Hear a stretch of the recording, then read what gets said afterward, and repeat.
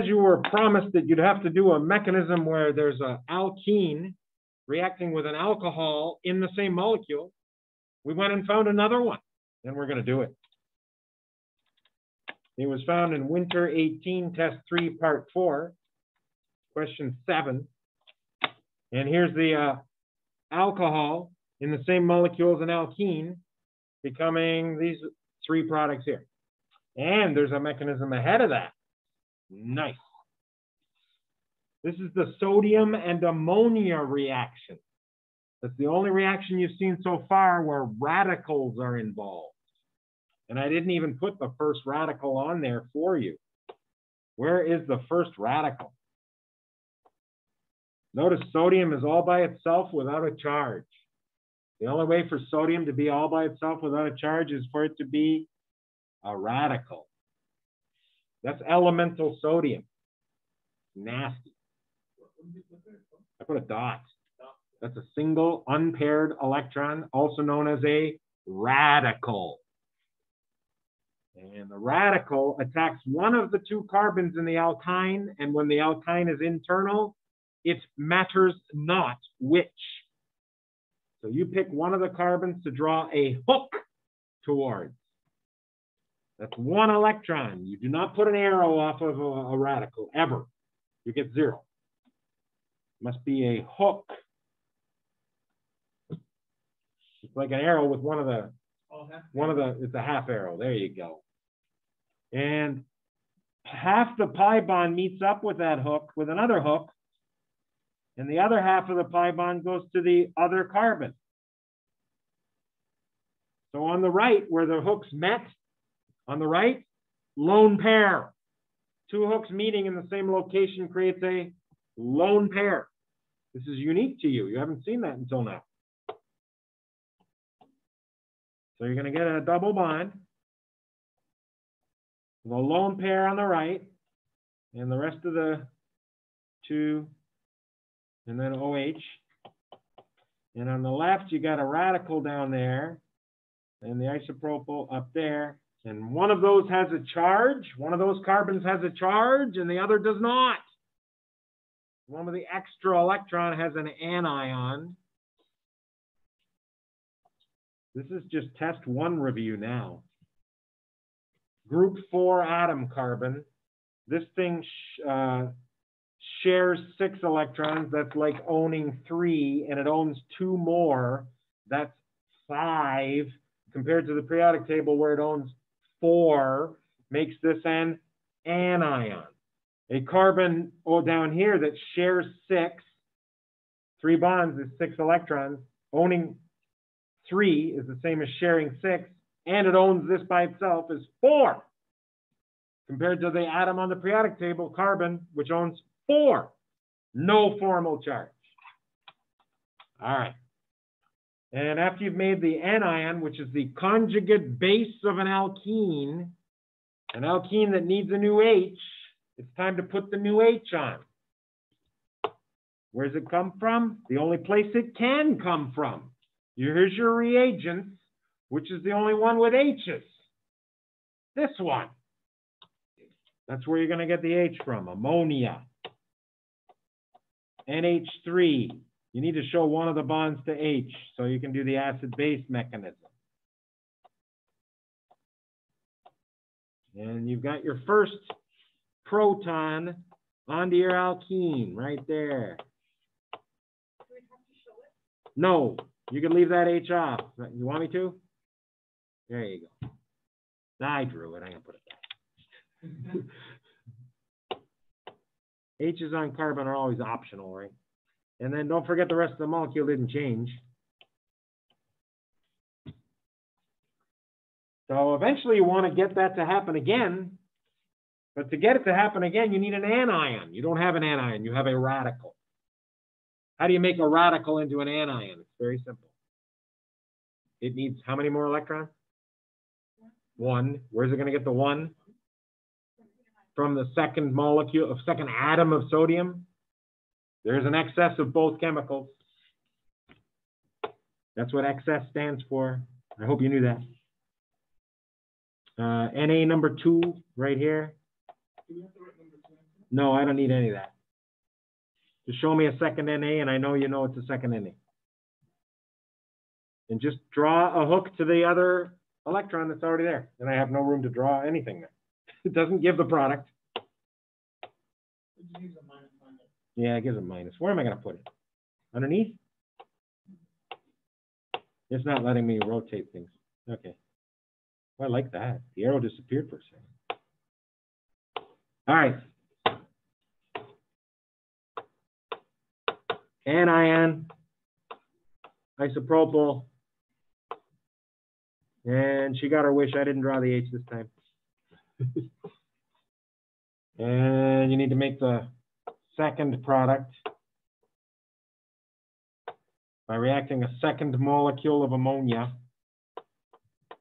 with the anion. So no other two hooks active, right? Yeah, it's just a two hook. Well, two sets of hooks is what I would say. Like the first step had 3 hooks in it. Yeah. Hook number 1, hook number 2 meets up with hook number 1, Yeah. and hook number 3 goes to the other carbon.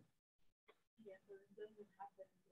No, this one just needs 1 more electron, so 1 hook. And there you go, and you got, it's this guy here. No explanation needed, I hope. Good, no explanation needed. How about the next one? Oh, I don't even have an explanation there. You guys are lucky. Okay, sorry, I gotta circle this product though. I think. Circle the major products. Oh, we do have to circle them. The one on the left is SYN. That's for the H2 and Lindlar's catalyst reaction, or the hydroboration proteinolysis reaction. And that's not one of these. It's not this one. It's not this one. Wrong reaction. Okay, and hey, strong acid and an alkene. And instead of water, we're using an alcohol. That's our second reaction we ever learned.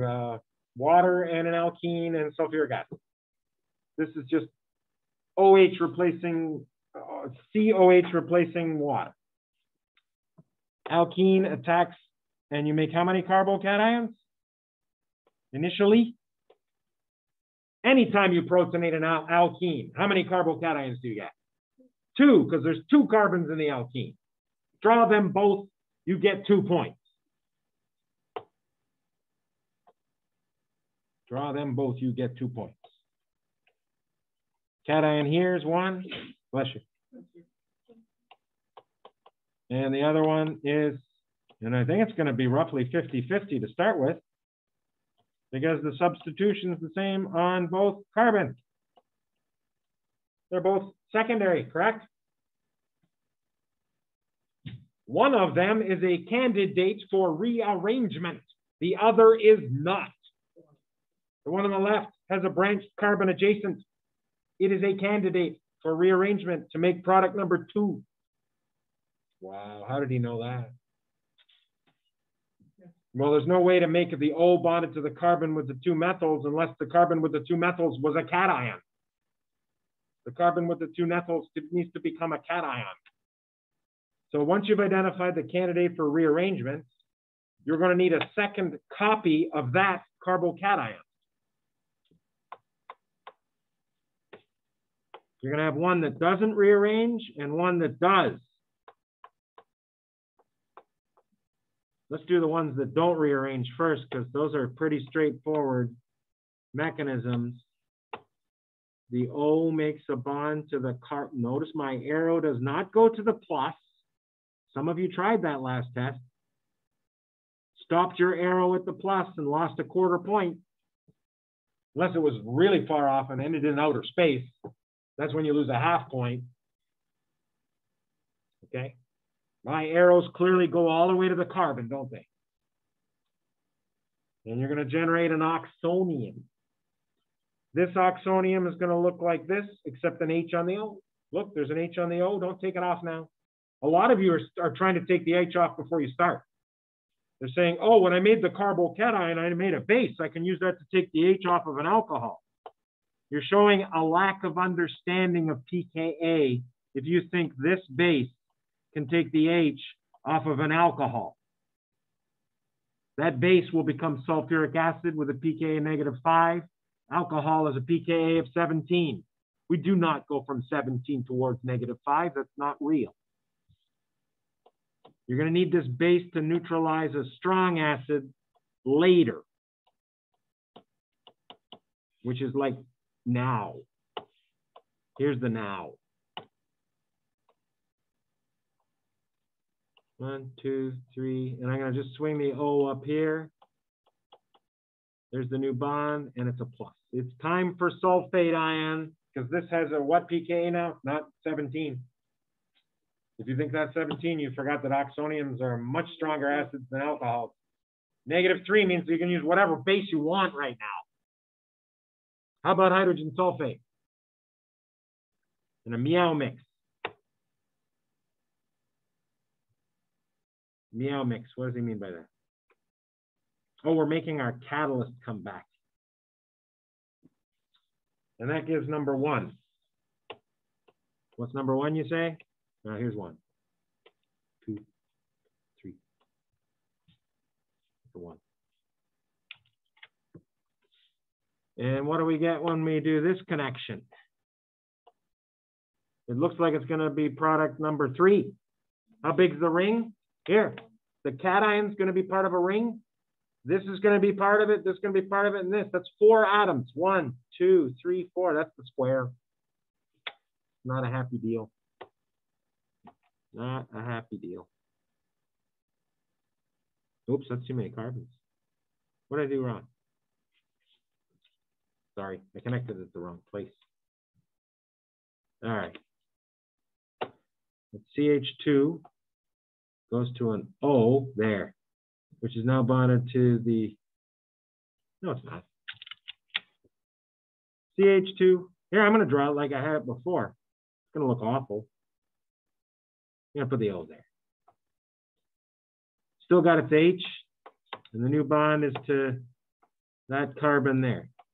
Oh, that makes more sense. Yeah, if I draw it like that, I think it makes more sense. Yeah. Which is very similar to product 3, if you think about it. And it's going to go to 3, same way that this one went to 1. You need the base, and the base is up here. Here it comes. It's all about that base. I'll pretend I don't know what that song means. Okay. Yeah, Miss Trainer. Okay, and what about this one? Somehow got to become this one. You're flummoxed. You're scared. You don't know what to do. Well, you can at least draw the oxonium that was, hey, this oxonium looks exactly like this, except it's got an H on the O. This oxonium doesn't look exactly like this, but it is the same, except it's got an H on the O. Please draw this with an H on the O, even if you don't know how to get there. Draw this with an H on the O and a plus charge on the O. So no matter what you do, you're eventually going to make this thing into this thing. And what I'm going to do is what I said.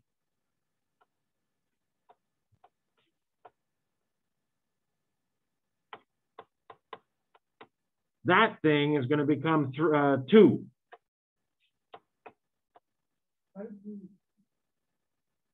I just generalized from what I saw. And if you're stuck and you want points for intermediates that you don't know how to make, well, just look at the intermediates you know you have to make. What was it before it was this? Same thing with an H on the O. What was this before it was this? Same thing with an H on the O. What was it before it was this? Same thing with an H on the O. You see what I'm saying? Yeah. You can get points even if you don't know how to get there. You get a point for drawing this and a point for taking the H off with hydrogen sulfate. I am. Oh, you know, I'm not giving up. I'm not giving up. I'm going to show you how to get there. Yeah, we got to do a shift.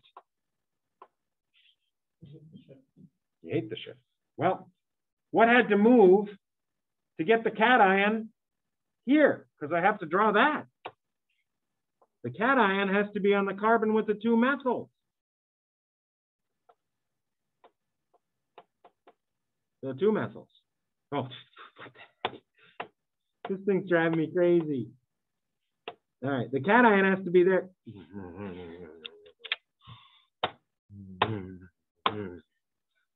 Sorry.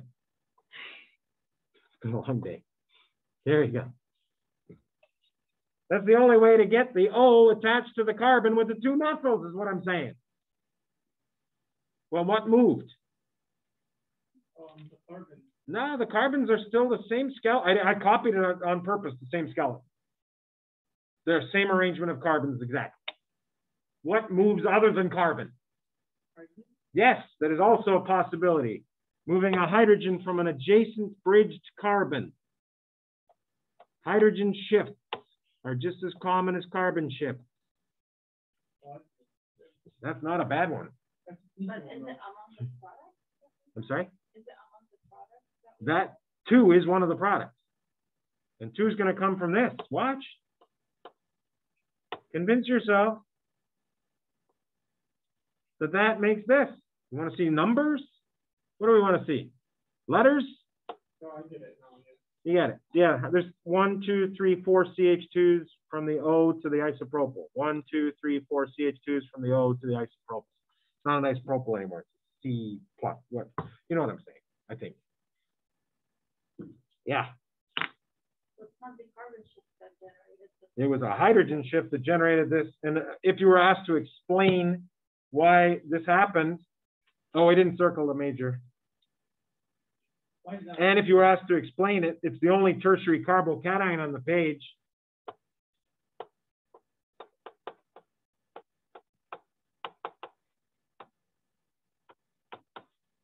Magic word now, hyperconjugation.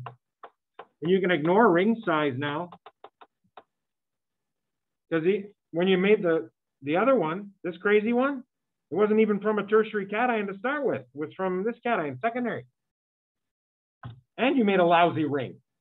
This thing had everything going against it. Okay. So we'll go big picture here for you. Is this number 1 also tertiary and number 3? No, well, that's a secondary carbon right there. Also on The cation was right here, yeah, and it's secondary. So, yeah. And there we go. And that was good review, I think. Yeah. Yeah. See you Monday.